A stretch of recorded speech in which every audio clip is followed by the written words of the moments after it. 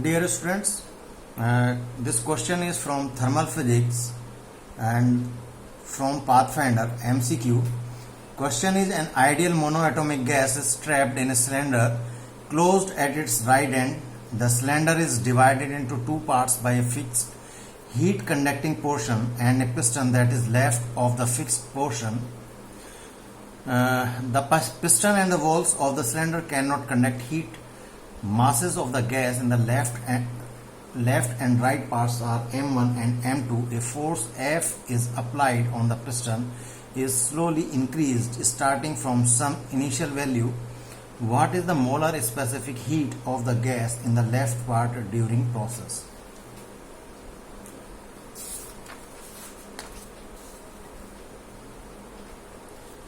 So basically question is,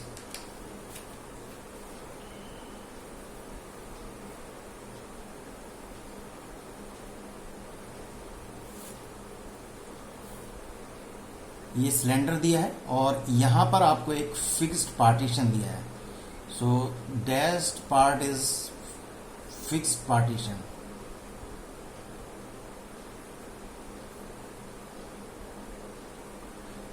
और यहां पर आपको दिया है एक piston. So on this piston force F is applying और ये आपका हो गया पिस्टन. यहां पर पूरे में गैस ट्रैप्ड है और ये इस पार्टीशन में m1 मास है और इसमें m2 मास है और इसको मैं बोलता हूं फर्स्ट पार्टीशन और other we can say 1 and this partition is 2. अब जब ये फोर्स F अप्लाई होगा, ठीक है, यहां पर होगा क्या, जिस समय, और ये जो पार्टीशन है ऐसा पार्टीशन है कि इसके थ्रू हीट कंडक्ट कर सकता है. तो इनिशियली स्टेट में क्या होगा, यहां पर जो भी वॉल्यूम है ट्रैप्ड और यहां पर जो वॉल्यूम ट्रैप्ड है, ठीक है, वो ऑब्वियसली डिफरेंट हो सकता है, ठीक है, बट जब ये फोर्स F अप्लाई होगा तो क्या होगा, पिस्टन इस तरफ मूव होगा तो क्या होगा, वॉल्यूम थोड़ा रिड्यूस होना शुरू होगा. और यहां पर इस पार्टीशन में वॉल्यूम कांस्टेंट रहने वाला है, ठीक है, वॉल्यूम में कोई चेंज नहीं आएगा क्योंकि ये पार्टीशन फिक्स्ड है और इसके मूव होने से इस पर कोई इफेक्ट नहीं पड़ेगा.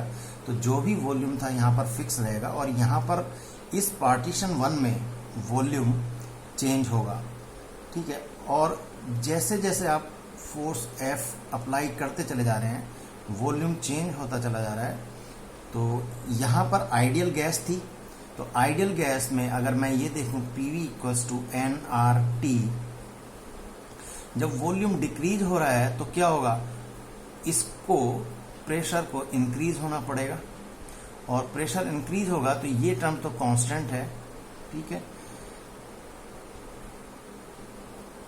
तो volume is directly proportional to temperature at constant pressure. Means इस तरीके से समझें कि एट ए पर्टिकुलर टाइम उसके एक पर्टिकुलर मोमेंट के लिए समय प्रेशर कांस्टेंट है.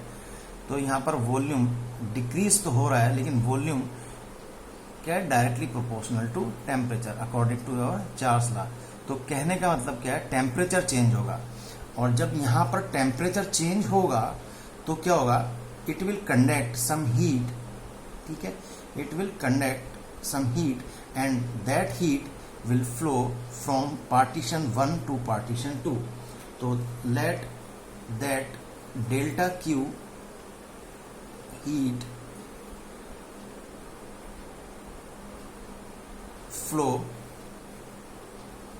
from partition 1 to 2, क्योंकि ये कंडक्टिंग है. और इस समय क्या होगा, जब डेल्टा क्यू इस तरफ ट्रांसफर हो जाएगी, चेंज इन हीट एनर्जी, तो क्या होगा, यहां पर एक इंटरनल एनर्जी चेंज हो जाएगी, क्योंकि हीट एनर्जी एब्जॉर्ब करी एक तरीके से इस पार्टीशन ने। तो according to our thermodynamics first law, that delta Q is U, internal change in internal energy delta U plus work done. और क्या होगा, यहां पर work done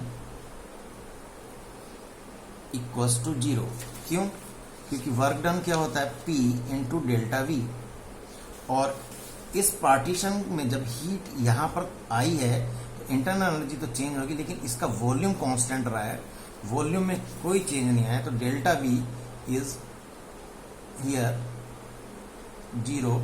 so in that case whole work done is 0, और whole work done 0 होगा तो इस समय delta Q will be equals to delta U, and that delta U is change in internal energy, change in internal energy, and that is at constant volume. So I can write it as delta U is n CV into delta T, or for the monoatomic gas CV is 3 by 2 R. So N 3 by 2 R delta T. So this heat will be in partition 2. So this heat is transferred. So this heat is transferred to partition 2। अब क्या करना है,